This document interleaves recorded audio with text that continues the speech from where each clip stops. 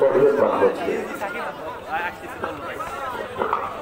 ভাই সকলকে একটু দৃষ্টি আকর্ষণ করছে, মেহরবানি করে এই সাইডটা একটু ক্লিয়ার করে দেন, মেহরবানি করে এই সাইডটা একটু ক্লিয়ার করে দেন। একটু ভাই আলোচনা শুরু করার আগে একটু সাইডটা ক্লিয়ার করে দেন। স্টেজে যারা আসছে হয়তো বসে পড়েন, একটু ক্লিয়ার করতে। স্টেজে যারা আসছে একটু বসে গেলে বলায়, স্টেজে যারা আসছে একটু বসে পড়লে বলায়। ভাই এই কন্যাদের ভিতরে আসে, ভিতরে ঢোকেন।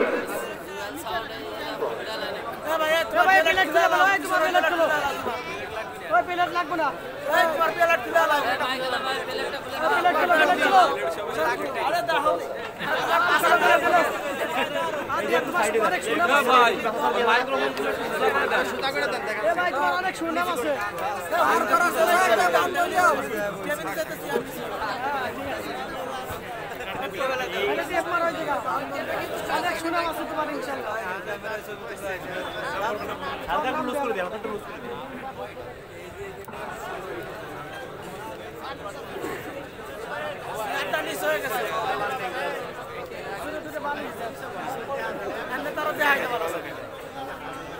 السلام عليكم ورحمة الله وبركاته.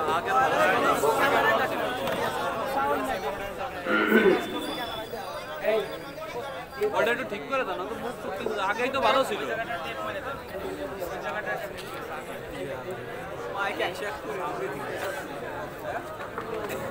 মাইক আমরা দুটো মাইক স্পিকার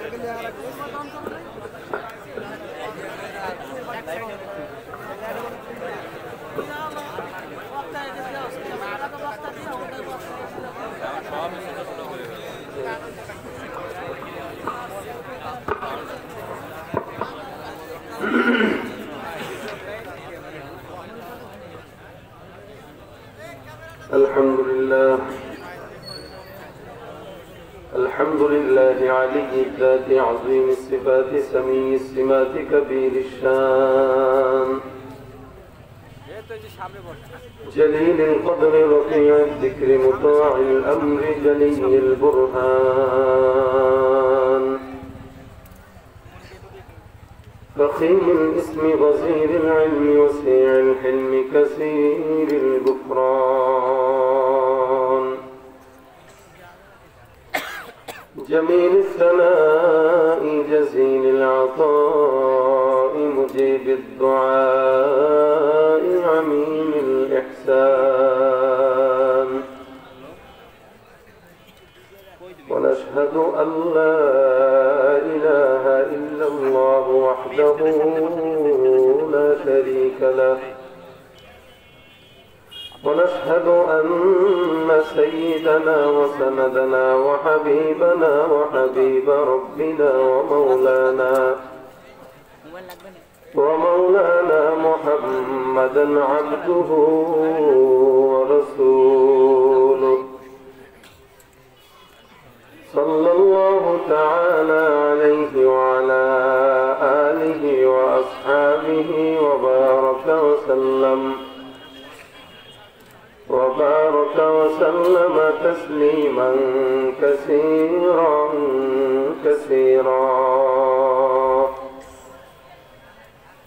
الذي أرسله الله تعالى بالحق بشيرا ونذيرا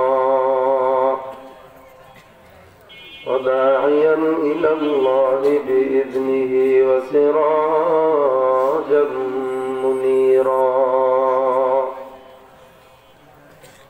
أما بعد فقد قال الله تعالى في كلامه المجيد أعوذ بالله من الشيطان الرجيم بسم الله الرحمن الرحيم واذكر ربك في نفسك تضرعا وخيفة ودون الجهر من القول بالغدو والآصال ولا تكن من الغافلين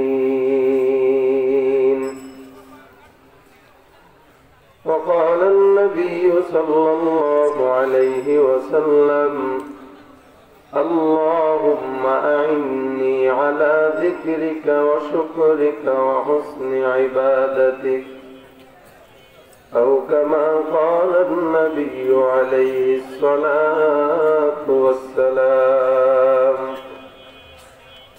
صدق الله مولانا العظيم صدق رسوله النبي الكريم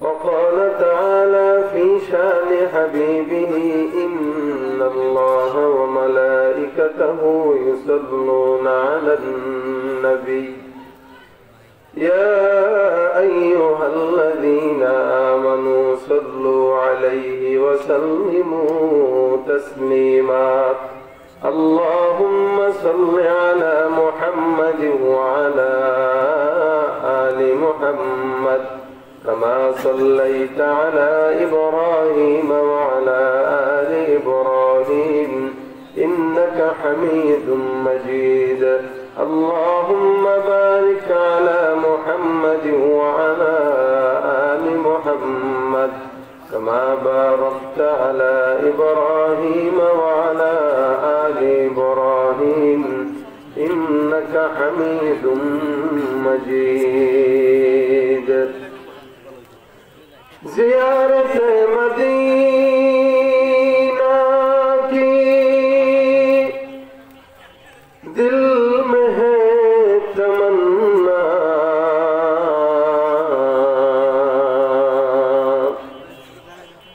نہیں ہے میرے پاس سفر کا سمانا بلغ العلا بکمالہ کشف الدجى بجماله حسنت جميع خصاله صلوا عليه وآله زبان كل ذكر قل لا إله إلا الله لا إله إلا الله لا إله إلا الله لا إله إلا الله لا إله إلا الله لا إله إلا الله لا إله إلا الله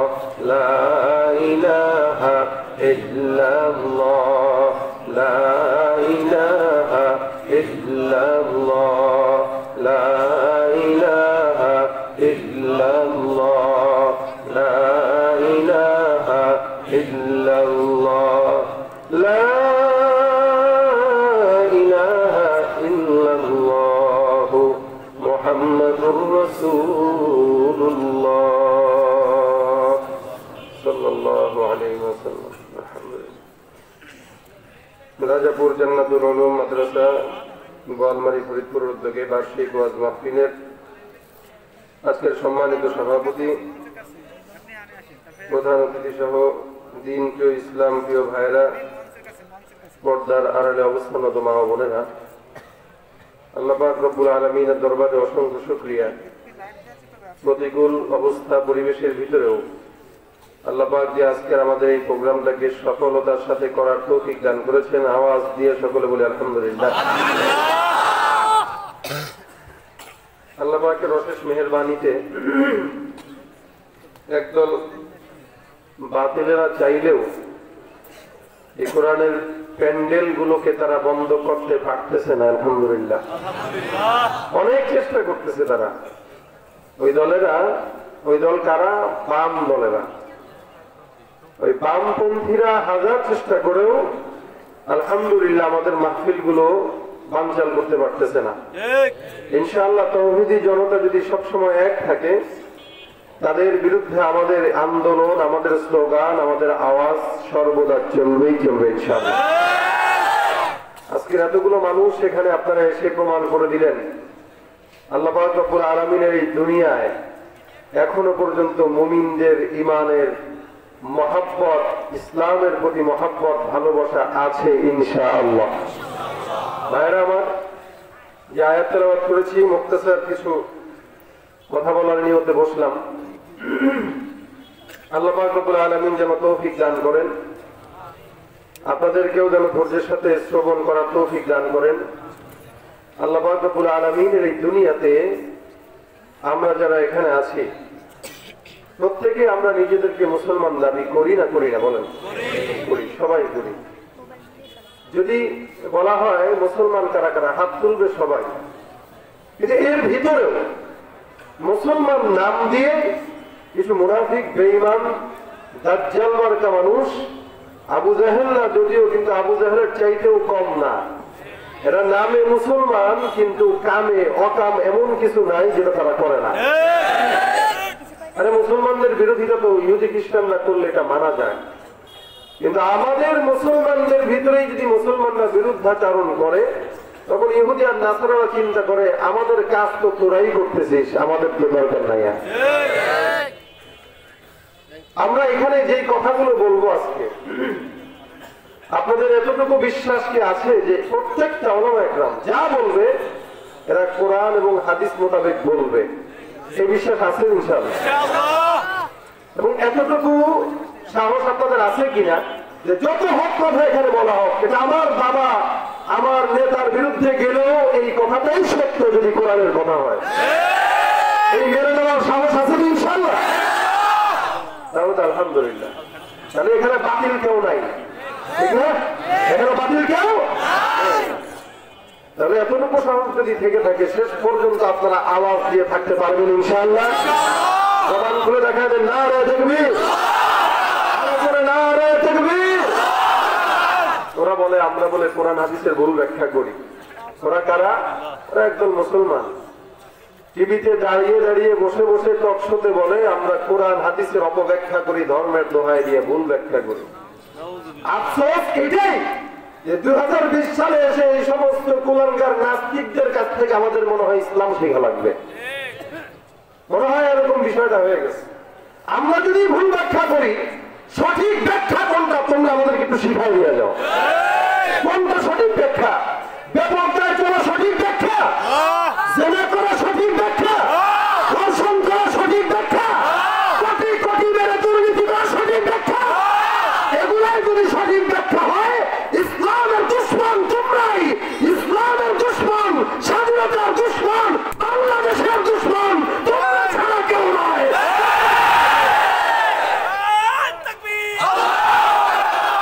ভাইরা আমার, আমাদের এই দেশে মাদ্রাসা অসংখ্য আছে না ভাই?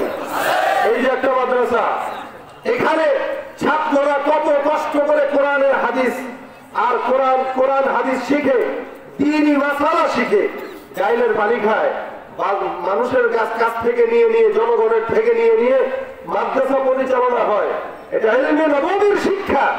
এত বছর, 12-13 বছর, 14 বছর পর্যন্ত ইলমে নববীর এই শিক্ষা শেখার পরে যারা পর্দা করে না, গাঁজা খায়, নাস্তিকদের সঙ্গে হাত মিলায়, ইহুদি খ্রিস্টানদের দাবি করে, তাদের থেকে যদি আমাদের ইসলাম শিখতে হয়, এর চাইতে দুঃখজনক বিষয় আর কোনো কিছু হতে পারে না। তাদের থেকে আমরা দিন শিখবো। তা ধর্মের ব্যাখ্যাটা কি? আমরা যদি অপব্যাখ্যা করি, সঠিক ব্যাখ্যা কি তোমরা আমাদের কিছু শিখাও, আমরা শিখবো তোমাদের কাছে। শিখা দরকার আমাদের। আমরা কি কোনোদিন বলেছি সুদ খান? কথা বলেন। ঘুষ খান, জেনা করেন, ধর্ষণ করেন বলেছি? আমরা যদি এটা না বলে থাকি, এটাই ইসলামের মূল ব্যাখ্যা, এর বাহিরে কোন ব্যাখ্যা নাই। আর তোমরা যদি মনে করো ঘুষ খাওয়া এটাই ইসলাম, সুদ খাওয়া এটাই ইসলাম, তাহলে তোমরা জেনে রাখো তোমরাই মুসলমান নামের কলঙ্কর, মুনাফিক ছাড়া কেউ নয়।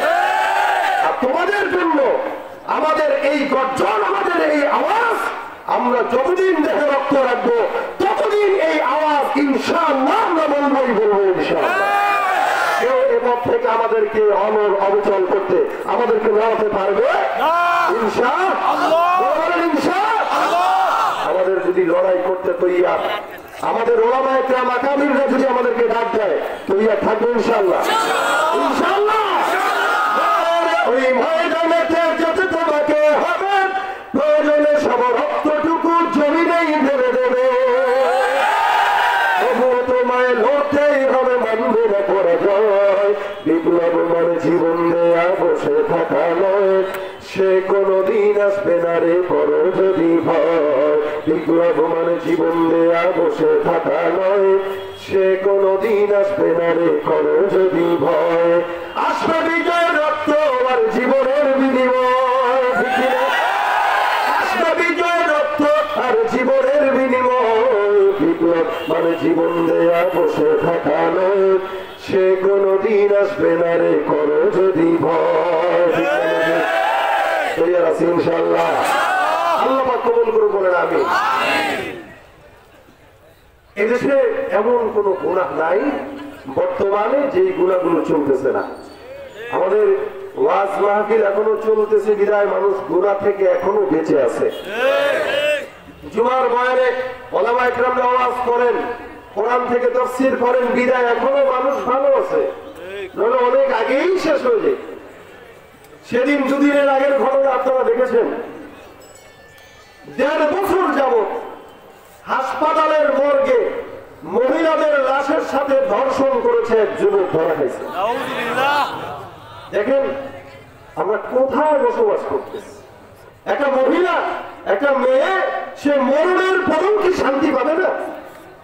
ধর্ষণ এত দূরে চলে গেল যে মৃত নারীকে ধর্ষণ করা লাগবে। কোন দেশে বসবাস করি, কোন সমাজে আমাদের বসবাস করা হয় যেই সমাজে মায়ের কাছে সন্তান নিরাপদ না, বাবার কাছে মেয়ে নিরাপদ না, স্বামীর কাছে একটা বিবি পর্যন্ত এখন নিরাপদ না। বিবিকে বিভিন্ন জায়গায় বিক্রি করে করে দালালি করে তার উপরে টাকা জমাইতেছে বিবিকে দিয়া। এই সমাজে বসবাস করতেছি যে সমাজে 1.5 বছর যাবত নারীরা মৃত্যুবরণ করার পরেও ধর্ষিত হয়। ওই সমাজে তো এরকম জীবিত নারীরা ধর্ষিত হবেই, এটাই স্বাভাবিক। যে সমাজে মৃত নারীদের কোনো অবস্থান নাই, এত পর্যায়ে গুনাহ ডুবে গেছে। প্রত্যেকটা পড়তে পড়তে পড়তে পড়তে গুনাহ করতে করতে মানুষরা গুনাহের জায়গা খুঁজে পাচ্ছে না, যার কারণে মৃত লাশের সাথে গুনাহ করতে যায়। কেন? এটা মালিকের ভয় দিলের ভিতরে বিন্দু মাত্র নাই। বিন্দু মাত্র ভয় যদি থাকতো, বিন্দু মাত্র ভয় যদি আল্লাহ থাকতো, কবরে যাওয়ার চিন্তা পেরেশানি থাকতো, তাহলে এই কাজগুলো কোনো মুসলমান কেন মানুষের দ্বারাই সম্ভব না। মানবতা যদি কারো দিলের ভিতরে থাকে। আজকে সমাজে যুবকেরা গুনাহে জর্জরিত। এই জন্য আল্লাহ পাক রব্বুল আলামিন বলে, গুনাহ থেকে যদি বাঁচতে চাও 24টা ঘন্টা স্মরণ রাখবে কার? আল্লাহ। আল্লাহ পাকের স্মরণ। আল্লাহ পাক বলেন, ফাযকুরুনি আযকুরুকুম ওয়াশকুরুলি ওয়ালা তাকফুরুন। ফাযকুরুনি, মুফাসসিরিন ইকরাম বলেন ফাযকুরুনি বিত্তাওহীদ, মানে আল্লাহকে স্মরণ করা লাগবে একমাত্র তাওহীদের সাথে, একত্ববাদের সাথে। আল্লাহকে মানলেন, আবার পীরের পায়েও সিজদা দিলেন, এটা আল্লাহকে মানা হয় না। আল্লাহকে মানলেন, নেতার গোলামিও করলেন, এটা আল্লাহকে মানা হয় না। আল্লাহকে যদি মানতে হয়, নেতার বিরুদ্ধে যাওয়া লাগলেও আমি আমার মালিককেই মানবো, নেতাকে ছাড়বো। যত বড় নেতা হোক, যত বড় পীর হোক, মানছি তো মানছি, সামি'না ওয়া আতা'না, বাস, এখানে আর কোনো কথা নেই। ইহুদিরাও আল্লাহকে মানে, নাসারাও আল্লাহকে মানে। যদি জিজ্ঞাসা করেন, ওয়ালা ইন সাআলতাহুম মান খালাকাস সামাওয়াতি ওয়াল আরদা লায়াকুলুন্না আল্লাহ, তাদেরকে যদি প্রশ্ন করা হয় তোমাদের রবকে, তোমাদের আসমান বানাইলো কে, জমিনটা বানাইলো কে, তারা এক চান্সে জবাব দিয়া বলবেন লায়াকুলুন্নাল্লাহ, অবশ্যই আল্লাহ পাক রব্বুল আলামিন, সমস্ত কিছুর মালিক, আসমানের মালিক, জমিনের মালিক, পাহাড়ের মালিক।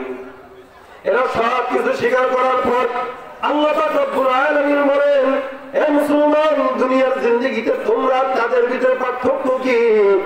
আল্লাহ পাক রব্বুল আলামিন ডাক দিয়া বলেন, এই মুসলমান, এই ইহুদি নাসারা, ওয়াকালাতিল ইয়াহুদু উযাইরুন ইবনুল্লাহ ওয়াকালাতিন নাসারাল মাসীহ ইবনুল্লাহ, ইহুদি যারা তারা বলে এই উযাইর হলো আল্লাহর পুত্র, নাসারা যারা তারা বলে মাসীহ হলো আল্লাহর পুত্র।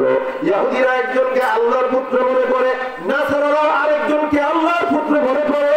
আমরা যারা মুসলমান আছি 24টা ঘন্টা সারা জিন্দেগি ভর আমরা যারা আল্লাহকে মানি, আমাদের তো কথা একটাই, জীবন হাত থাকতে মরণ থাকতে জিন্দেগিতে মানলাম যাতে মরণ আসলেও বলবো লা ইলাহা ইল্লাল্লাহ। আমাদের দুনিয়ার জিন্দেগিতে মালিক আল্লাহ ছাড়া অন্য কেউ আর নাই, ঠিক কিনা?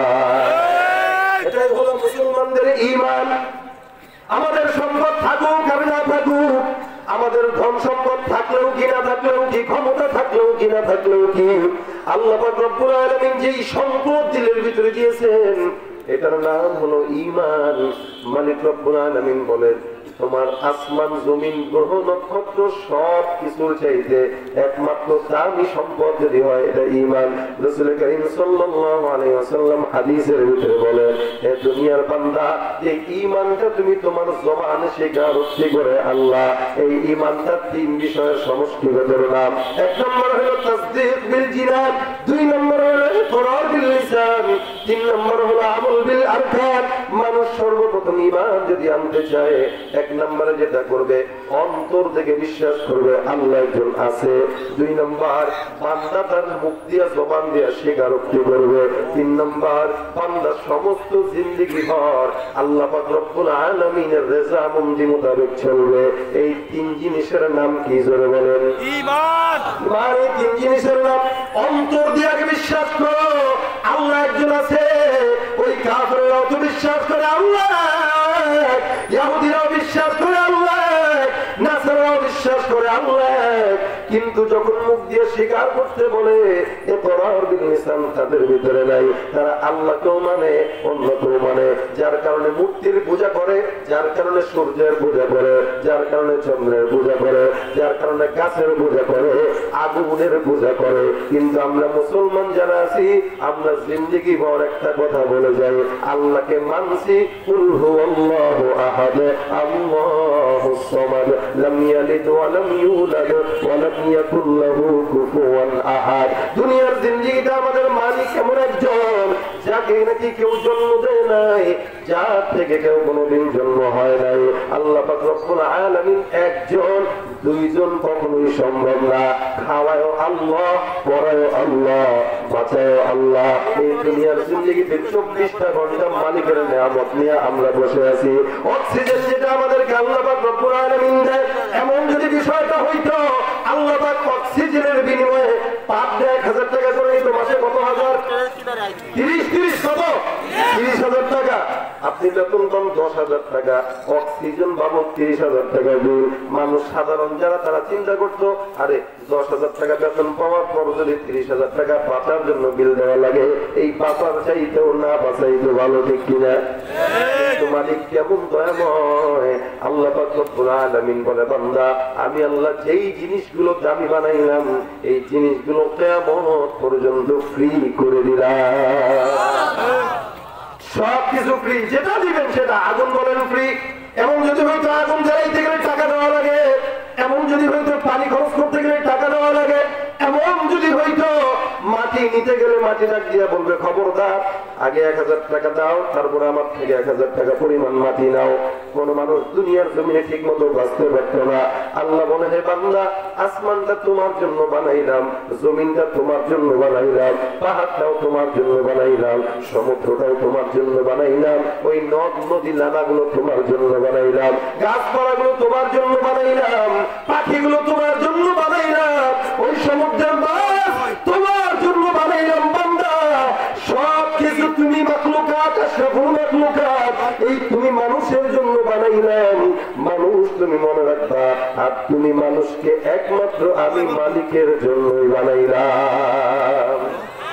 ভাইরা আমার সব কিছু কাদের জন্য বলেন? আমাদের জন্য। আমাদের জন্য সব কিছু মানুষের কল্যাণের জন্য। আল্লাহ পাক বলে বান্দা তোমাকে আমি এত কিছু ভরপুর করে দিলাম, খামা খাই না। আবা হাসিবতুম আন্নামা খলাকনাকুম আবাদা। হে বান্দা তোমরা যদি মনে করো দুনিয়ার জমিনে আমি তোমাদেরকে খামাখা বানাইলাম, না না, এত নিয়ামত রাজি দেওয়ার পর তোমাদেরকে একটা কাজ আমি আল্লাহ দিলাম। আল্লাযী খালাকাল মাউতা ওয়াল হায়াতা লিয়াবলুয়াকুম আইয়ুকুম আহসানু আমালা। বান্দা তো কাজ ছাড়া থাকতেই পারবে না, বলে কাজটা কি? আল্লাহ পাক রব্বুল আলামিন বলে আমি আল্লাহ বান্দাকে এবং জিন জাতিকে বানাইলাম লিয়াবুদুন, একমাত্র আমার ইবাদতের জন্য সমস্ত কিছু বান্দাকে দিয়ে দিলাম, আর বান্দাকে শুধুমাত্র রেডিমেড আমার জন্য সেপারেট রেখে দিলাম। বান্দা অন্য কারো গোলামি চলবে না, পীরের গোলামি না, নেতার গোলামি না, দলের গোলামি না, বাবার গোলামি না, মায়ের গোলামি না, গোলামি চলতে হয় কার গোলামি চলে বলে? আল্লাহর গোলামির জন্য আপনাকে আমাকে পাঠাইল, হায়াত দিয়া দিল, জীবন দিয়া দিল। আল্লাহ পাক বলেন আইয়ুকুম আহসানু আমালা, তোমাদের ভিতরে সবচেয়ে উত্তম কাজ যে করতে পারবে আমি আল্লাহ পাক রব্বুল আলামিন এই জিনিসটাই পরীক্ষার জন্য তোমাদেরকে দুনিয়ার জিন্দেগিতে পাঠিয়ে দিলাম। বান্দা এখন খাইতে গেলেও তুমি আমি আল্লাহকে স্মরণ করো, এটাই হলো উত্তম কাজ। ঘুমাইতে গেলেও আমি আল্লাহকে স্মরণ করো, এটাই হলো উত্তম কাজ। তুমি বাথরুমে গেলেও আল্লাহকে স্মরণ করো, এটাই হলো উত্তম কাজ। ঘুম একটা মানুষের ইবাদত, বাথরুমে যাওয়া ইবাদত, বান্দা বাজার করবে ইবাদত, বান্দা যেখানেই যাবে সেখানে ইবাদত, বান্দা তার সন্তানকে চুমু খাবে এটাও ইবাদত, বান্দা তার বিবির সঙ্গে সুন্দর সম্পর্ক করবে ইবাদত, বান্দা যেই কিছুটা করুক না কেন কারো সঙ্গে শত্রুতা, বন্ধুত্ব, কথাবার্তা, আল্লাহ পাক বলে প্রত্যেকটা জিনিসের ভিতরে যদি আমি আল্লাহকে স্মরণ করো তাওহীদের সঙ্গে, আমি আল্লাহ পাক রব্বুল আলামিন তোমাকেও সমস্ত কিছুতে স্মরণ করব।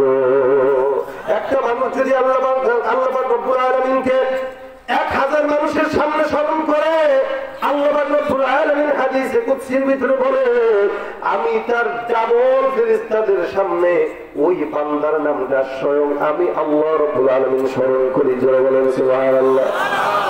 কত মানুষের সামনে আমরা মুজাকারা করি, আল্লাহ পাক বলে আসমানের ভিতরে আমি আল্লাহ ফেরেশতাদের সামনে তোমাদের স্মরণ করতেছি। সুবহানাল্লাহ। তাহলে দেখেন আমাদের স্মরণের দাম বেশি না আল্লাহ স্মরণের দাম বেশি? আল্লাহ না। তা আপনি করতেছেন 100 মানুষের সামনে, আল্লাহ পাক রব্বুল আলামিন 500 মানুষের সামনে করবে। আল্লাহ পাক রব্বুল আলামিন আপনি করবেন 2 জনের সামনে, আল্লাহ পাক রব্বুল আলামিন করবেন 10 জনের সামনে। হাদিসে কুদসির ভিতরে আল্লাহ বলেন বান্দা যদি আমার দিকে 1 বিঘা আগায় আমি আল্লাহ ওই বান্দার দিকে 1 হাত আগায় যাই, আর বান্দা যদি আমার দিকে হেঁটে হেঁটে আগায় আমি আল্লাহ ওই বান্দার দিকে দৌড়ায় দৌড়ায় আগাই। ভাইরা আমার, চতুর্দিকে আল্লাহ পাক নিয়ামতটা কেন দিছে বলে সব নিয়ামত খেয়ে তুমি আমাকেই ডাকবা। দুনিয়ার জিন্দেগিতে এমন কোন নিয়ামত নাই যে নিয়ামতটা আমাদের জন্য দেন নাই। দুনিয়ার জিন্দেগিতে এমন কোন জিনিস নাই যে জিনিসটা আল্লাহ পাক আমাদের জন্য দেন নাই। সব কিছু দিয়েছেন বলে কয়টা জিনিস দিয়েছেন, বলে কয়টা জিনিস না দিয়েছেন। আপনি দুনিয়ার জমিনে গাছের পাতাও যদি গুনতে চান পারবেন, গোনা সম্ভব। একটা একটা করে ছিঁড়বেন আর গুনবেন, ছিঁড়বেন আর গুনবেন, গোনা সম্ভব। অথবা কেউ যদি চায় মাথার চুল বাঁচতে গুনতে এটাও সম্ভব। যদি মেশিন বের হয়ে যায় মাথার চুলও গোনা সম্ভব, কারণ কোটি কোটি টাকা গোনার মেশিন আছে, আর মাথার কয়েকটা চুল গোনার মেশিন তো বের হওয়াটা অসম্ভবের কিচ্ছু না। আল্লাহ পাক বলে সবকিছু গণনা করা তোমার সামর্থ্যের ভিতরে আছে, মাগার আমি আল্লাহ তোমার সঙ্গে চ্যালেঞ্জ করলাম ওয়া ইন তাউদ্দু নি'মাতাল্লাহি লা তুহসুহা। আমি আল্লাহ যেই নিয়ামতগুলো দিলাম এই নিয়ামতগুলো জিন্দেগি ভর গণনা করলেও সম্ভব না। বলা ঠিক কিনা? আল্লাহ পাক এত নিয়ামত দিয়ে দিয়েছেন আমাদের জন্য। এই যে হাত একটা নিয়ামত, পা একটা নিয়ামত, এই জন্য রব্বুল আলামিন বললেন ইন শাকারতুম লাযীদান্নাকুম ওয়া লা ইন কাফারতুম ইন্না আযাবী লাশাদীদ। যদি বান্দা নিয়ামতের বিনিময়ে শুকরিয়া আদায় করে নিয়ামত কি কমে না বাড়ে? বাড়া মানে এটা না যে নিয়ামত 500 টাকা পাওয়ার পর বালিশের ভিতরে ফু দিয়া রেখে দিলেন আলহামদুলিল্লাহ বলে, তার মানে 500 টাকা কি বাচ্চা ফুটা 10টা হবে? এটা হবে না। এটা বাড়ার না অর্থ হলো 500 টাকায় আল্লাহ পাক বরকত দিয়ে দিবে 5000 টাকা। এটা হলো আপনারা কি ঘুমাইতেছেন নাকি? একটা আলেমের দিকে তাকান, মসজিদে মাদ্রাসার ওস্তাদ যাদের দিকেই তাকান, বেতন পায় অল্প টাকা, আর 10,000 টাকা বেতন, কিন্তু আলহামদুলিল্লাহ বরকত আছে না নাই? কিন্তু যারা 50,000 টাকা 1 লক্ষ টাকা পায় এদের দিকে তাকান, দেখবেন মাস শেষে আরো 50,000 টাকা ধার করা লাগে, আছে না নাই? কেন? বলো টাকার ভিতরে কামাই আছে, টাকার এমন বড় বাগার বরকত নাই, কারণ ওই টাকার ভিতরে আল্লাহর স্মরণ নাই।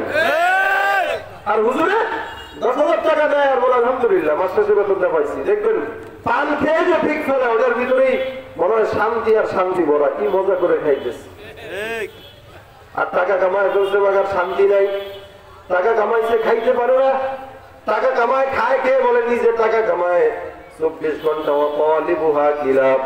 রাসূল বলেন আদ দুনিয়া জিফা, দুনিয়াটা একটা কি বলে মরিচিকা, দুনিয়াটা এমন একটা জায়গা, এই জায়গায় যারা টাকার পেছনে দৌড়ায় দুনিয়াটা তাদেরকে কুকুর বানায় ছেড়ে দেয়, আবার কুকুরের মতো কামাই করে।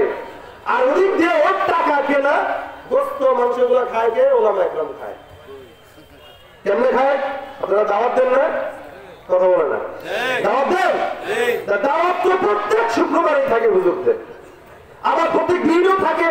তা আপনি কামাইতেছেন, হুজুরে দাওয়াত দেন। এখন মনে হবে যে হুজুরকে দাওয়াত দিতে আমি খাওয়াইছি, বেড়াগিরি করেন কেমনে আবার। তা আমিও বলি পারলে দাওয়াত আপনি আমার বাসায় খান, দেখি পারেন কিনা। পারবেন না তো কেন? বলে দাওয়াত কাকে দেয়? দাওয়াত যাকে মানুষ সম্মান করে তাকে দেয়। আপনারা কেউ সম্মানও করে না, দাওয়াতও দেয় না। ওলামা একরামরা সম্মান করে বিদায় 24 ঘন্টা দাওয়াতের উপরেই রাখে। এটা তো আল্লাহর তরফ থেকে। আর সাধারণ জনগণ তো দাওয়াত না পায় কোনো বিবাহ অনুষ্ঠান পাইলে চোরের মতো ঢুকে আর চুরি করে বেরোয়। রাসূল বলেন এটা যে কেউ যদি দাওয়াত ছাড়া কোনো বাড়িতে দাওয়াত খেতে গেল, ও চোর হয়ে ঢুকলো, খাবার দাবার খেয়ে চুরি করে বের হয়ে গেল। বিবাহ অনুষ্ঠান হয় না এটা? হয়। ওলামা একরাম তো দাওয়াত খায়। কেন খায়? আপনি কামাই করেন, আপনার টাকার কামাই, আপনার খাওয়ার যোগ্যতা নাই, খাবে কে? আল্লাহ পাক এই খাবারটা ওলামা একরামের পেটের ভিতরে ঢুকায়। এটা শুকরিয়া করবেন মিয়া মাঝে মাঝে যে খাওয়াইতে পারতেছি আলহামদুলিল্লাহ। ওলামা একরামে তো গোস্ত কিনা লাগে না, কারণ গোস্ত তো মানুষের থেকে হাতিয়েই আসে, মাছ কিনা লাগে না।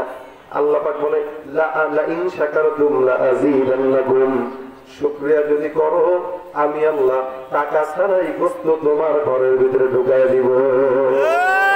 এটাই হলো বরকত, ঠিক কি না? এটাই বরকত। ওয়ালাইন কাফার, তোমার যদি কুফরি করো, আর কুফরি মানে নিয়ামতের না শুকরিয়া করা, এটাই হলো কুফরি। নিয়ামতের শুকরিয়ার অর্থ শুধুমাত্র আলহামদুলিল্লাহ বলছেন, এটা শুকরিয়া না।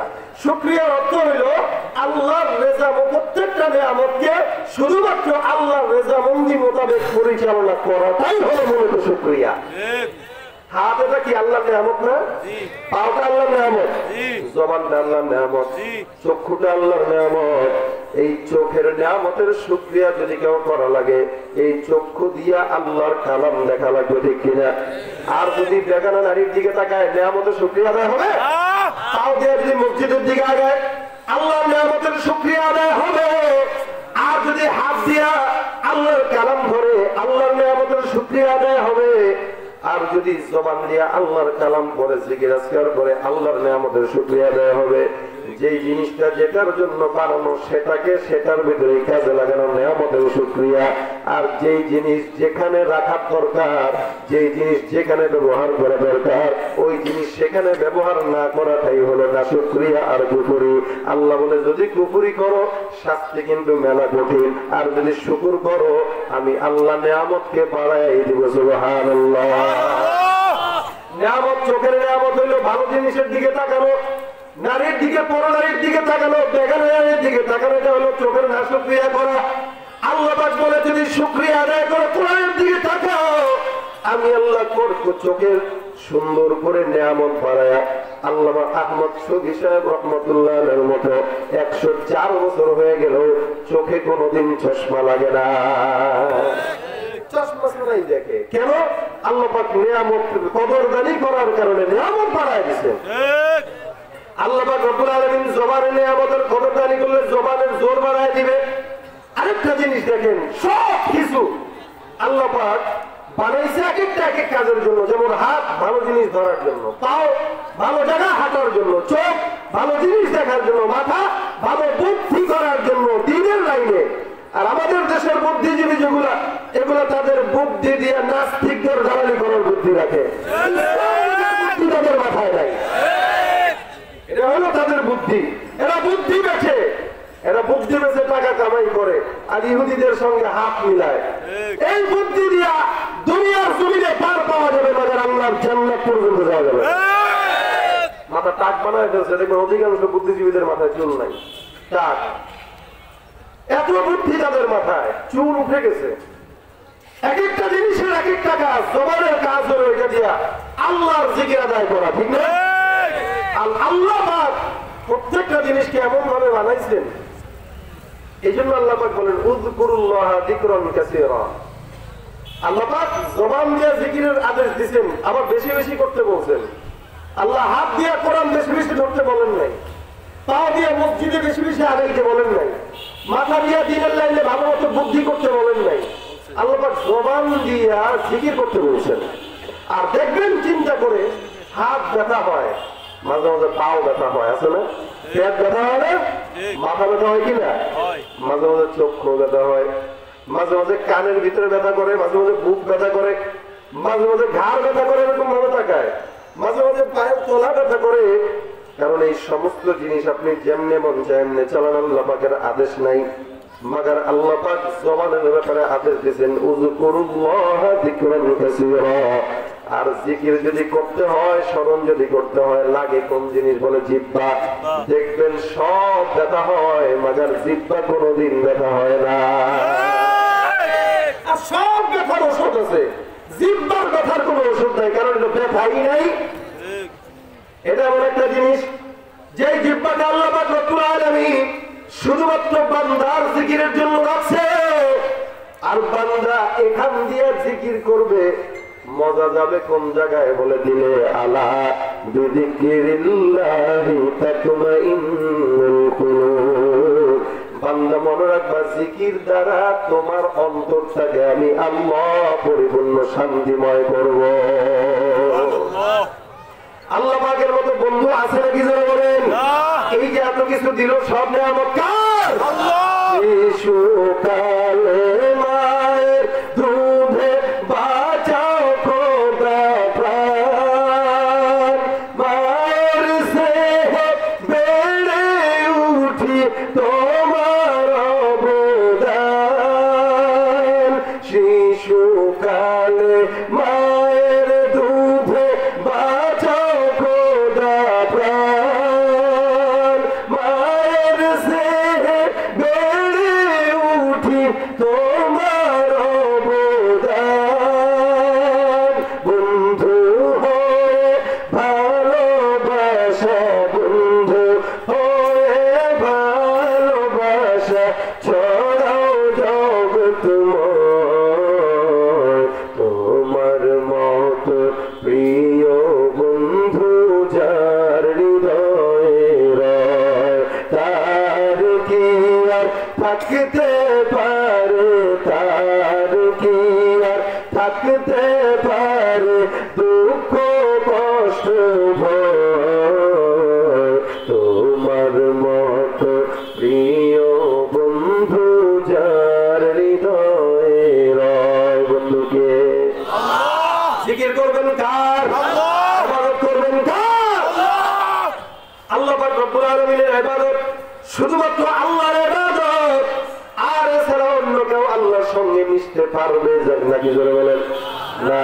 কারণ মুমিনটা এক কথার জবাব দেয়, লা ইলাহা ইল্লাল্লাহ, লা ইলাহা ইল্লাল্লাহ। দুনিয়ার জমিনে আপনার আমার সকলের রব যদি থেকে থাকে কয়জন? এটাই হলো ফাজকুরুনি বিত্তাওহীদ। তাওহীদের সঙ্গে আল্লাহকে স্মরণ করা। প্রত্যেকটা কাজে আল্লাহকে স্মরণ করেন। মাঝে মাঝে শুধু জিহ্বা দিয়েই নয়, মনে মনে আল্লাহকে ডাকবেন। খাওয়ার সময় আল্লাহর স্মরণ। আল্লাহ পাক কত মানুষ খাবার পায় না, কিন্তু আমার সামনে তুমি কত নিয়ামতের খাবার পাঠায় দিলা, আল্লাহ তোমার স্মরণ করছি, আলহামদুলিল্লাহ। এটাই হলো আল্লাহর স্মরণ। বান্দা নামাজ পড়বে, এটাও হলো আল্লাহর জিকির। এই জায়গায় কোরআনের আলোচনা শোনার জন্য আসলেন, এটাও হলো আল্লাহর জিকির।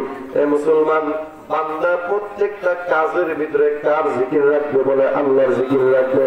আল্লাহ বলেন, আমি আল্লাহ যা নিয়ামত দান করলাম, সব নিয়ামতের শুকরিয়া যদি করো তাহলে কোনোদিন শেষ হবে না। কুল্লাউ কানাল বাহরু মিদাদান লিকালিমাতি রাব্বি লানাফিদাল বাহরু ক্বাবলা আন তানফাদা কালিমাতু রাব্বি ওয়ালাউ জিনা বিমিসলিহি মাদাদা। দুনিয়ার ভিতরে যত গাছ আছে সব গাছগুলোকে যদি কেউ কলম বানায় নেয়, যত পানি আছে সমুদ্র আছে, সব সমুদ্রের কালি পানি যদি কালি হয়, আল্লাহ পাক রব্বুল আলামিনের সব মাখলুকাত একসঙ্গে যদি ওই কলম দিয়া কালিগুলো ভিজায় ভিজায় লেখা আরম্ভ করে দেয়, আল্লাহর এই নিয়ামত ওই নিয়ামতের বিনিময়ে শুকরিয়া এটা এটা এটা, আল্লাহ পাক বলে কিয়ামত পর্যন্ত বান্দা আমি আল্লাহর শুকরিয়া করে লিখে শেষ করতে পারবে না। এই কারণে সব সময় যেহেতু পারবো না, তবে মাঝে মাঝে তো পারি। খাইতে গেলাম আল্লাহর স্মরণ, আল্লাহ পাক রব্বুল আলামিনের পয়গম্বর দোয়া শিখাইলেন, খাওয়ার সময় বিসমিল্লাহি ওয়া আলা বারাকাতিল্লাহ, বাথরুমে যাওয়ার সময় একটা দোয়া আছে, আল্লাহুম্মা ইন্নী আউযু বিকা মিনাল খুবুসি ওয়াল খাবাইস। এ মুসলমান, শোয়ার সময় দোয়া আছে, আল্লাহুম্মা বিসমিকা আমুতু ওয়া আহইয়া। কাপড় পরার সময় দোয়া আছে।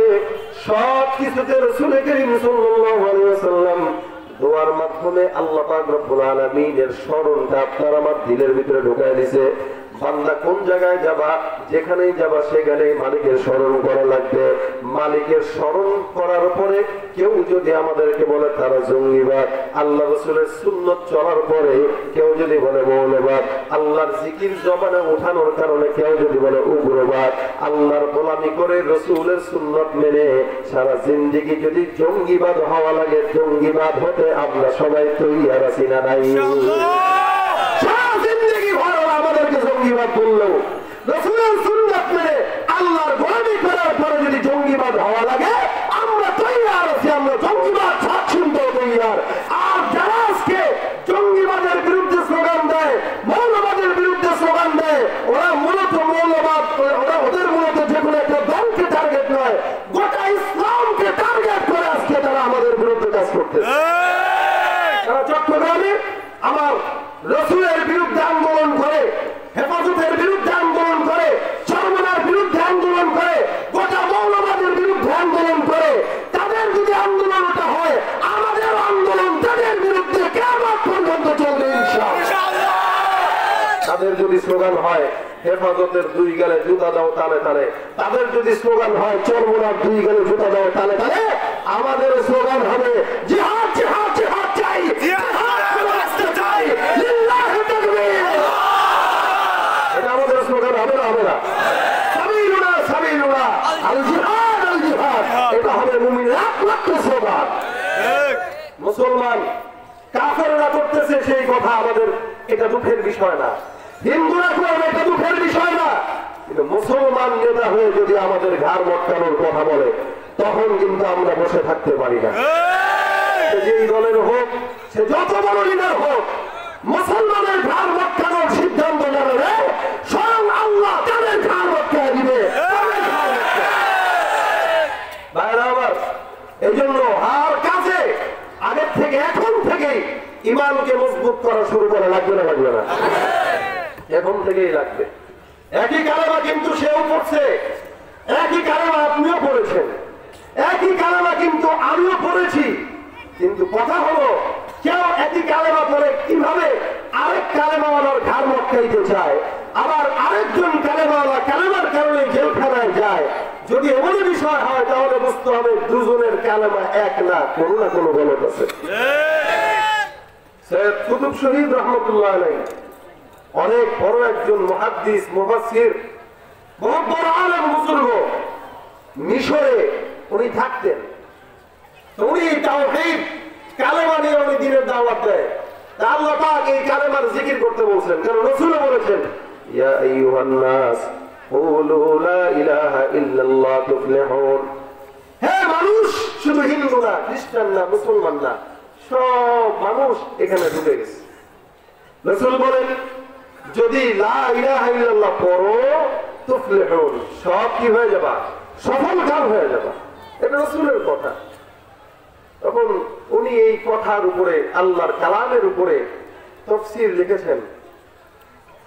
মানুষগুলো যখন বুঝলো দুনিয়ার জিন্দেগিতে আল্লাহর আইন ছাড়া অন্য কোনো আইন চলতে পারে না, আজকে বাংলাদেশেও যদি আল্লাহর আইন চলতো, আল্লাহর কসম চুরি করার পর যদি হাত কাটার বিধান আমার দেশে থাকতো, আপনাদের এই গ্রাম দেশে কোনোদিন শিখ কাটা চোর থাকতে পারতো না, ঠিক না?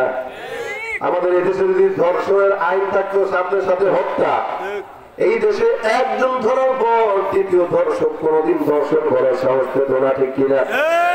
এই দেশে যদি আইন থাকতো, এই দেশে ইসলামের বিরুদ্ধে কেউ কথা বললে, নবীর বিরুদ্ধে কথা বললে মৃত্যুদণ্ড হবে, তাহলে কোন মুসলমানের বাচ্চা কেন ইহুদি খ্রিস্টানরাও সাহস পেত না আমার রসুলকে নিয়ে কটূক্তি করা, ঠিক কিনা?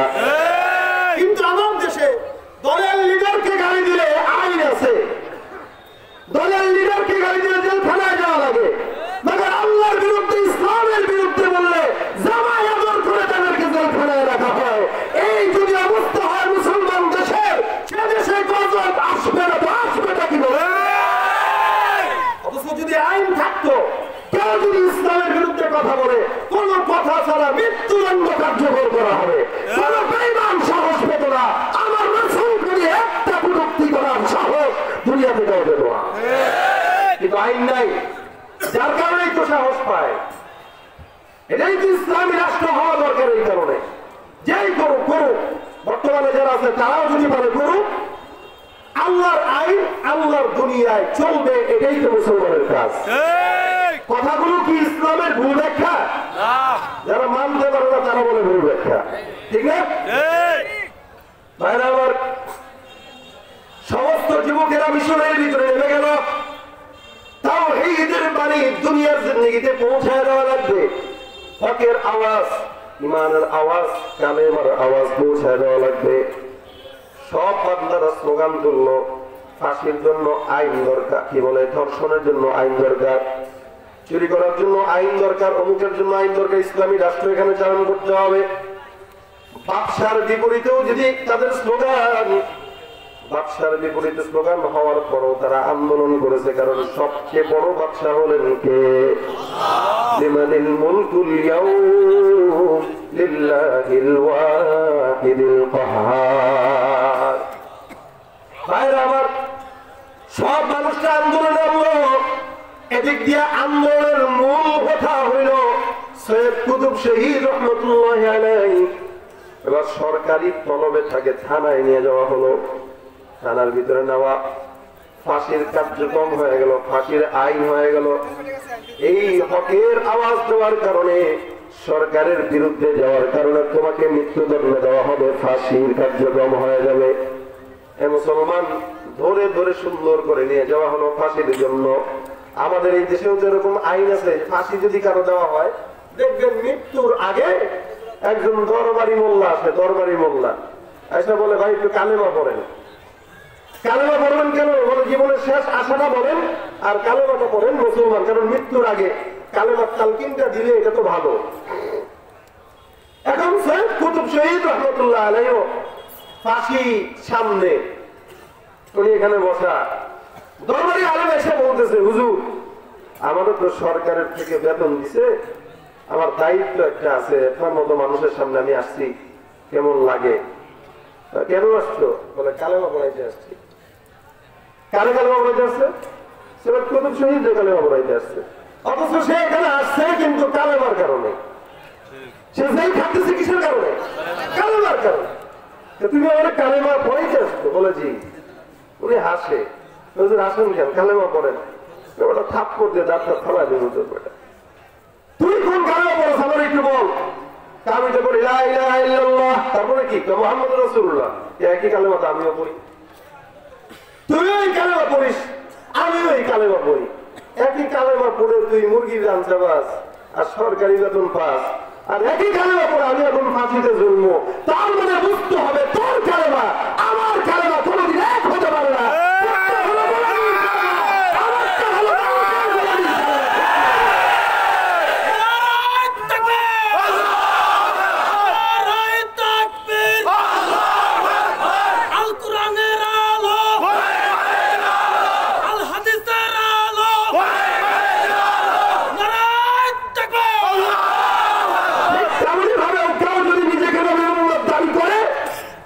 সে যদি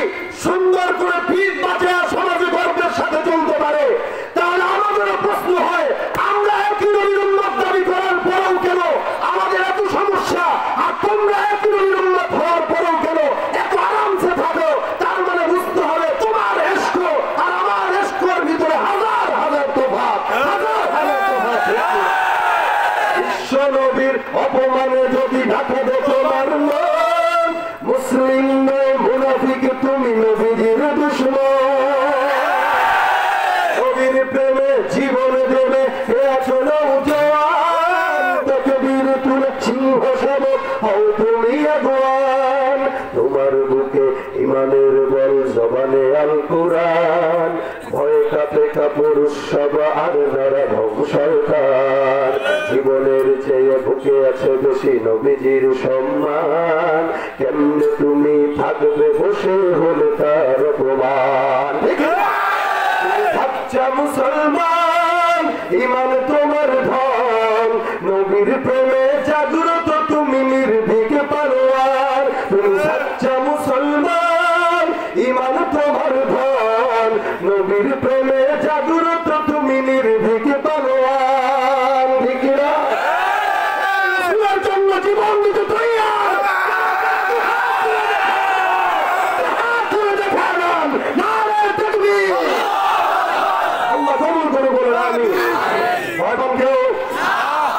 ইসলাম এটাই, কোন সন্দেহ আছে? এটা ভুল ব্যাখ্যা। এগুলা ওই কালেমা আমাদের পছন্দ হবে না, যারা কালেমা পড়ার পরেও পিঠ বাঁচায় চলতে পারে। ঠিক না? এজন্য কালেমা কয় মুখে রসুল বলেন, কোরআনটা এমন একটা জিনিস যে কোরআনটা মানার পরেও কেউ জান্নাতি হয়, আবার এই কোরআনটা কাউকে আবার বিপদগামী করে দেয়। কালেমাটা এমন একটা জিনিস যে কালেমা কেউ পড়ার পরেও সুন্দর করে বাঁচে, আবার কেউ কালেমার কারণে কি বলে জেলখানায় যায়। আমরা কালেমার কারণে সুন্দর করে মুরগি জান সবাইতে চাই না, আমরা কালেমার কারণে শাহাদাত বরণ করতে চাই। ঠিক কিনা? কালেমার কারণে শাহাদাত বরণ করতে চাই, কারণ আল্লাহ পাক রব্বুল আলামিন বলে এই কালেমাটাই বড় তাওহীদের সঙ্গে, এই কালেমার জন্যই সব পয়গম্বর নবী সাল্লাল্লাহু আলাইহি ওয়াসাল্লাম কালেমার জন্যই জিহাদ করেছেন। এই কালেমার জন্য ইহুদের ময়দানে, খন্দকের ময়দানে, বদরের ময়দানে যুদ্ধ করেছেন। একমাত্র কালেমার কারণে, আল্লাহর স্মরণের কারণে। এই কারণে রব্বুল আলামিন বলেন ফাযকুরুনি বিত-তাওহীদ, বান্দা যদি আমাকে ডাকা লাগে, আমাকে ডাকবা একমাত্র তাওহীদের সঙ্গে। এখানে কোনো শিরিক থাকবে না, এখানে কোনো বেদাত থাকবে না, এখানে কোনো কুফরি থাকবে না। আল্লাহকে ডাকছো তো আল্লাহকেই ডাকবা। আল্লাহর সঙ্গে অন্য কোন নেতা বা পীরকে মিলাইলে আল্লাহর খাঁটি বান্দা হওয়া যায় না। ভাইরা আমার, এই জন্য মুসা পয়গম্বর আল্লাহকে ডাক দিয়া বলেন, আল্লাহ তোমাকে আমি ডাকবো, আমাকে একটা মজার বাক্য শিখা দাও। পয়গম্বর মুসাকে আল্লাহ পাক রব্বুল আলামিন বলেন, আমাকে ডাকবা, মজার ডাক পাও না? বলে, আল্লাহ মজার ডাক একটা আছেই, মাগার আরেকটা সুন্দর বাণী শিখা দাও, যেই বাণীটা দিয়ে তোমার মতো মালিককে সুন্দর করে ডাকতে পারবো। আল্লাহকে ডাকলে মজা লাগে না খারাপ লাগে? একটা নাম, বাবাকে ডাকলেন 24 বার দিনের ভিতরে যদি বাপরে ডাকলেন, আব্বা আব্বা আব্বা আব্বা আব্বা আব্বা আব্বা, বাপ বলবে কিরে এত ভ্যা ভ্যা খরচ, ঠিক কিনা ধরে বলেন? আপনি যতই ডাকবেন তত খারাপ লাগবে। একটা মানুষের নাম যদি লাগাতার 100 বার বলেন খারাপ লাগে, শুনতেও খারাপ, বলতেও খারাপ, যাকে ডাকবেন তার কাছেও খারাপ লাগবে। মাগার আল্লাহ পাক রব্বুল আলামিনের নাম এমন একটা নাম, কোটি কোটি বারো যদি ডাকেন নামটা কোনোদিন নিজের কাছে খারাপ লাগে না। আর আমার আল্লাহ পাক রব্বুল আলামিনকে যতই ডাকবেন, আল্লাহ বলে, বান্দা তুমি যদি আমাকে ডাক দাও, দুনিয়ার সব বান্দাকে যত ডাকে তত বেজার হয়। মাকে 10 বারের জায়গায় 20 বার ডাকলে মা বেজার। কিন্তু আল্লাহ পাক রব্বুল আলামিন বলে, বান্দা কখন ডাকবা? ফজরের পরে বলে হা, জোহরের পরে বলে হা, আসরের পরে বলে হা, মাগরিবের পরে বলে হা ডাকো, এশার পরে বলে ডাকো, কোনো সমস্যা নাই, রাত 1টায় বলে ডাকো, কোনো সমস্যা নাই। আপনি ঘুমাইবেন না। আল্লাহ পাক বলেন, আল্লাহু লা ইলাহা ইল্লা হুয়াল হাইয়ুল কাইয়্যুম লা তাখুযুহু সিনাতুন ওয়ালা নাওম। আরে বান্দা, আমি যদি ঘুমাই তোর মতো বান্দার ডাকে সাড়া দিবে আর কে? এই জন্য আমি ঘুমাইও না, তন্দ্রায় যাই না। গভীর রাত, সমুদ্রের ভিতরে নৌকা ডুবে তুমি ভাসমান, ওই জায়গায় ডাক দিয়ে যদি বলো, আল্লাহ আমি এই জায়গায় একা, মালিক তুমি ছাড়া আর কেউ নাই। আল্লাহ পাক রব্বুল আলামিন বলে, ফাইনামা তুওয়াল্লু ফাথাম্মা ওয়াজহুল্লাহ। বান্দা তুমি যেই জায়গায় থাকো ওই জায়গায় দেখো। বান্দা তুমি ডানে তাকাও, ডানে আমি আল্লাহ। বান্দা তুমি বামে তাকাও, বামে আমি আমি আল্লাহ, বান্দা তুমি উপরে থাকাও, উপরে আমি আল্লাহ, বান্দা তুমি গোপনে ডাকো, গোপনেও আমি আল্লাহ, বান্দা তুমি যেখানেই ডাকবা আমি আল্লাহ পাক রব্বুল আলামিন। তুমি ডাকতে দেরি হবে, আমি আল্লাহ ডাকে সারা দিতে কোনোদিন দেরি করি না। আরে বন্ধু যদি এমনই হয়, এমনই তো হওয়া দরকার, যখন ডাকবেন যতবার ডাকবেন ততবারই আল্লাহ পাক রব্বুল আলামিন শুনবে। আল্লাহ পাক রব্বুল আলামিন ডাকবেন আর শুনবে, ডাকবেন আর শুনবে। রাত্রি বেলা যত গভীর হয় মানুষের দুয়ার তত বন্ধ হয়, রাত যত গভীর হয় দরজা বন্ধ হয়, জানালাও বন্ধ হয়। আল্লাহ বলে রাত যত গভীর হয় আমি আল্লাহর দুয়ার তুমি বান্দার জন্য খুলে যাও। মুসা নবী এই কারণে ডাক দেয়া বলে, আল্লাহ আমাকে এমন একটা বাড়ি শিখা দাও যেই বাড়িটা দিয়া তোমার মতো মালিককে মন খুলে ডাকতে পারবো। আমি ডাকি, যত ডাকি ততই মজা লাগে, যত ডাকি ততই মজা লাগে। এমন মজা আমি আমার জিন্দেগিতে কোনোদিন পাই না। মালিকের নামের ভিতরেই মজা, নামের ভিতরেই মজা, জিকিরের ভিতরেই মজা। যার কারণে আল্লাহ বলেন আলা বিযিকরিল্লাহি তাতমাইন্নুল কুলুব। বান্দা অন্তর যদি প্রশান্তি করতে চাও অবশ্যই তোমার জবানের ভিতরে জিকিরটা উঠাও।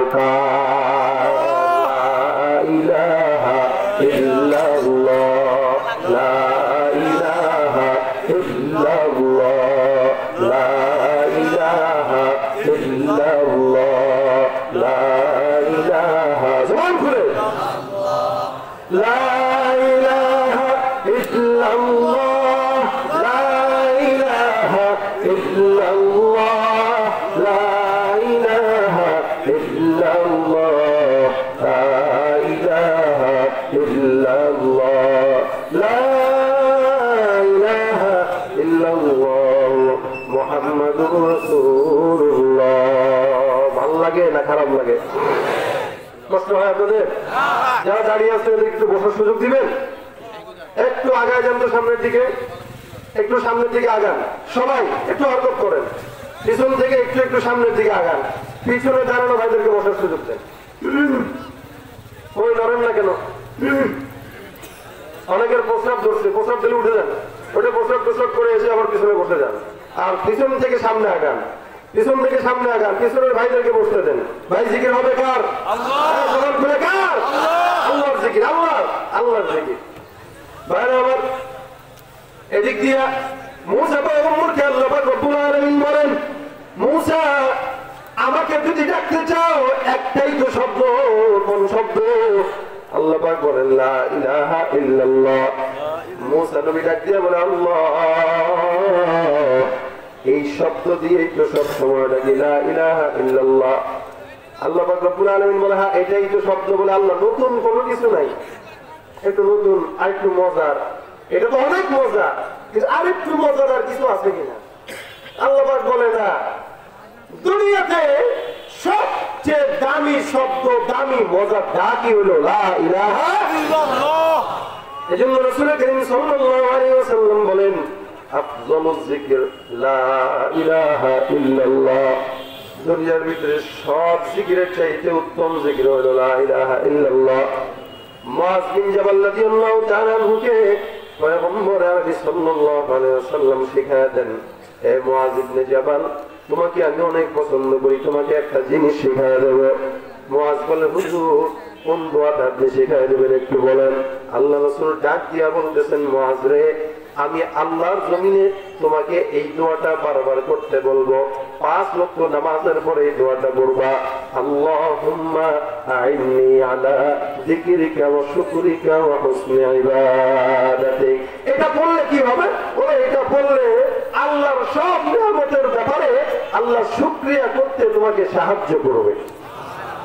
আমরা তো শুকরিয়া কি মনে করছেন নিজের শক্তিতে করি?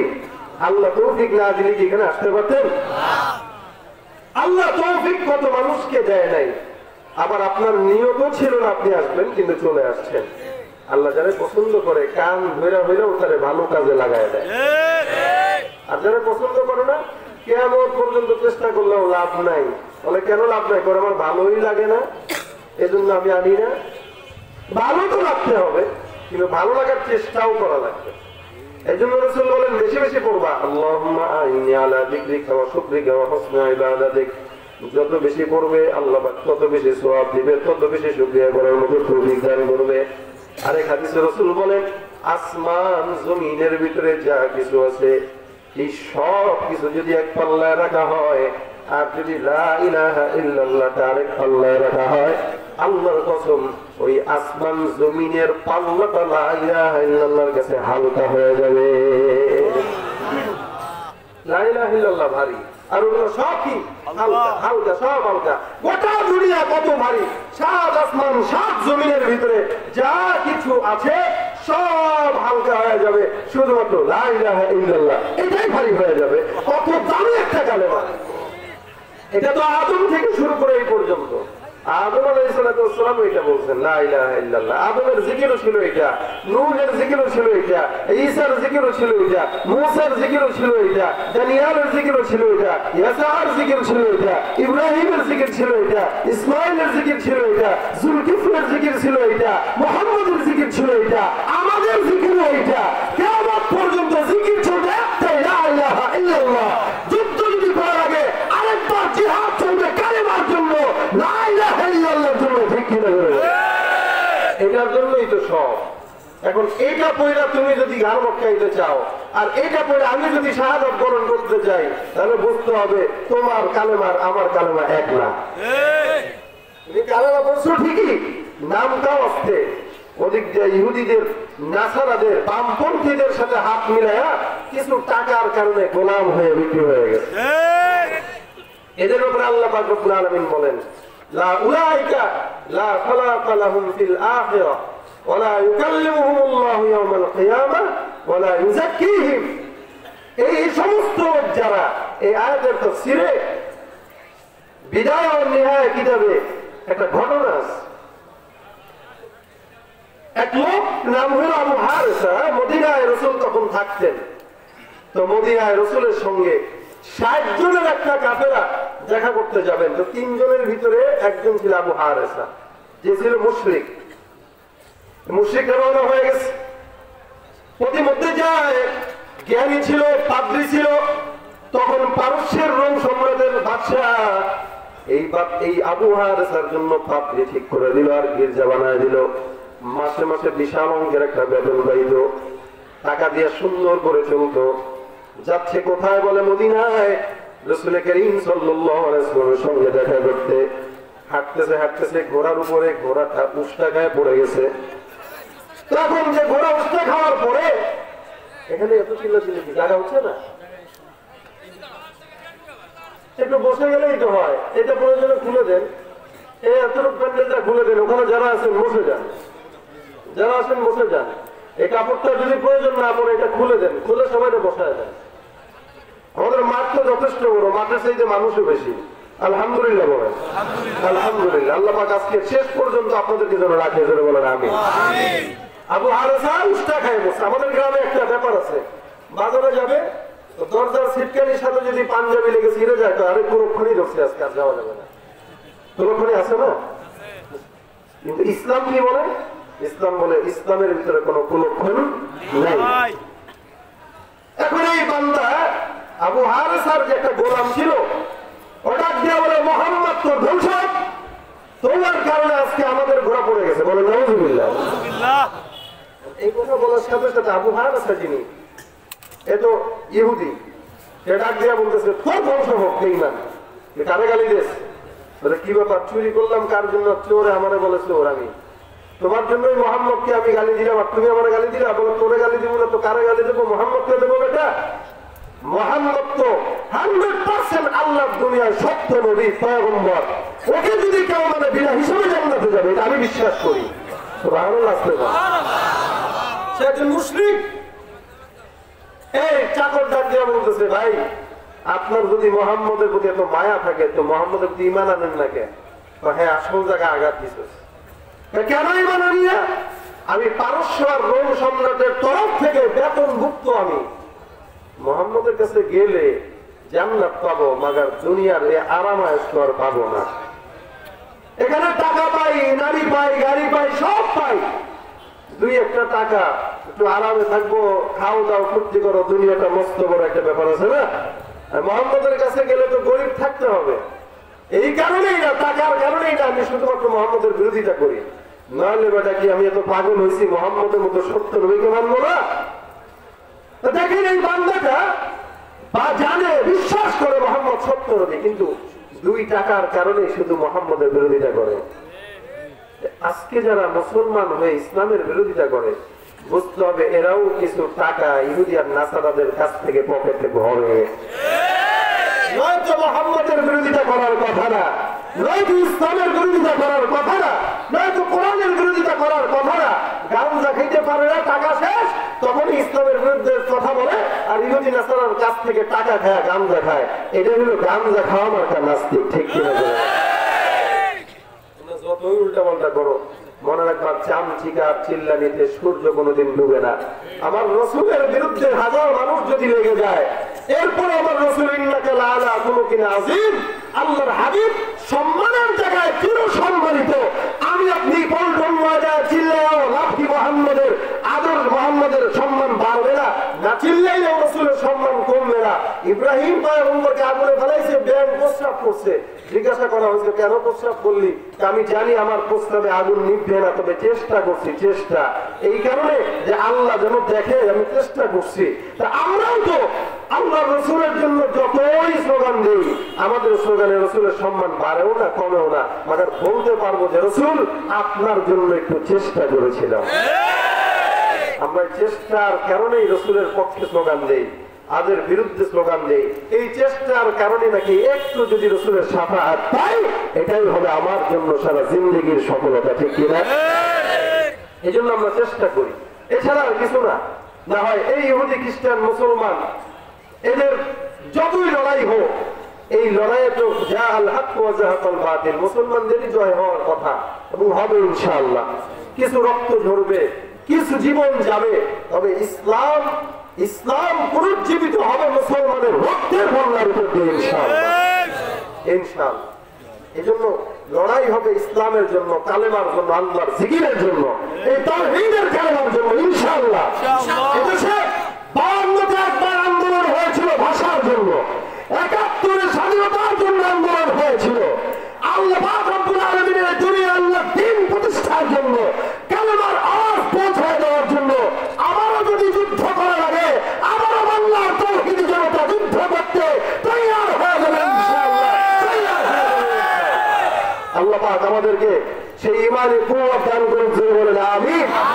উঠতে বসতে চলতে ফিরতে আল্লাহ পাকের আওয়াজ, আল্লাহর কালেমা, আল্লাহর জিকির, আল্লাহর স্মরণ আমাদের দিলের ভিতরে, আমাদের জবানের ভিতরে আল্লাহ পাক জারি করে দেন, জোরে বলেন আমিন। আপনাদের আজকের এই প্রোগ্রাম মাদ্রাসার উদ্যোগে, এই মাদ্রাসার জন্য আপনারা অনেক কষ্ট করেন, হুজুররা মেহনত করে, ছাত্ররা মেহনত করে, আপনারা মহব্বত করে এই জায়গায় এসেছেন। আপনারা শেষ পর্যন্ত থাকবেন। আমাদের ভাই হেদায়েতুল্লাহ আবুদি সাহেব, উনিও আজকে প্রধান বক্তা, উনি আসতেছেন, পথে আছেন ইনশাআল্লাহ। অনেক বক্তারা আছে, রাত 1টা 2টা পর্যন্ত আজকের মাহফিল চলবে। আপনারা রাত 2টা পর্যন্ত থাকবেন কিনা আমি জানতে চাই।